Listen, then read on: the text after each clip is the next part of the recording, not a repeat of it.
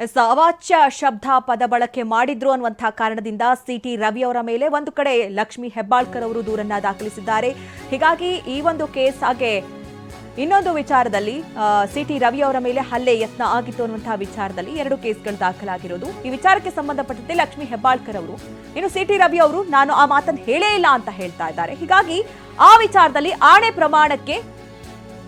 ಪ್ರಮಾಣದ ಮಾತುಗಳನ್ನು ಆಡಿದ್ದಾರೆ ಲಕ್ಷ್ಮಿ ಹೆಬ್ಬಾಳ್ಕರ್ ಅವರು. ಧರ್ಮಸ್ಥಳಕ್ಕೆ ಬನ್ನಿ ಅಂತ ಸವಾಲ್ ಹಾಕಿದ್ದಾರೆ.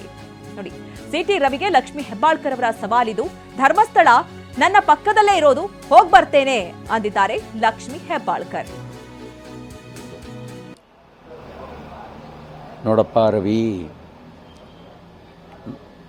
ಕೆಸರು ನಿನ್ನ ಮೇಲೆ ಬಿದ್ದರೂ ನೀನೇ ಹೋಗಿ ಸ್ನಾನ ಮಾಡಬೇಕು.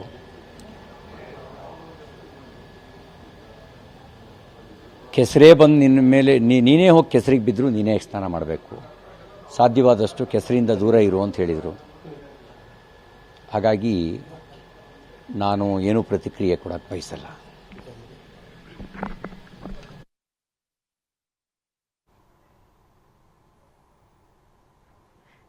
ಲಕ್ಷ್ಮಿ ಹೆಬ್ಬಾಳ್ಕರ್ ಅವರು TV9 ಸಂದರ್ಶನದಲ್ಲಿ ಏನು ಒಂದು ಹೇಳಿಕೆಯನ್ನ ಕೊಟ್ಟಿದ್ರು ಅಂದ್ರೆ, ಬನ್ನಿ ಆಣೆ ಮಾಡಿ ಅಂತ ಹೇಳಿದ್ರು. ಅದಕ್ಕೆ ಸಿಟಿ ರವಿ ಅವರ ರಿಯಾಕ್ಷನ್ ಇದು. ಠಾಣೆಗೆ ದೂರು ಕೊಟ್ಟಿದ್ದಾರೆ. ತನಿಖೆ ಮುಗಿದಿಲ್ಲ, ತನಿಖೆ ಮುಗಿಲಿ, ನ್ಯಾಯಾಂಗ ತೀರ್ಪು ಬರಲಿ, ಆಮೇಲೆ ಮುಂದಿನ ಪ್ರತಿಕ್ರಿಯೆ ಪ್ರತಿಯೊಂದಕ್ಕೂ ನಾನು ಕೊಡ್ತೀನಿ. ಧರ್ಮಸ್ಥಳ ನಂಗೆ ಪಕ್ಕದಲ್ಲೇ ಇರೋದು, ಆಗಾಗ ಹೋಗ್ತಾನೆ ಇರ್ತೀನಿ. ನಿನ್ನೆ ಒಬ್ಬರು ಹಿರಿಯರು ನನಗೊಂದು ಮಾತು ಹೇಳಿದರು. ನೋಡಪ್ಪ ರವಿ, ಕೆಸರು ನಿನ್ನ ಮೇಲೆ ಬಿದ್ದರೂ ನೀನೇ ಹೋಗಿ ಸ್ನಾನ ಮಾಡಬೇಕು.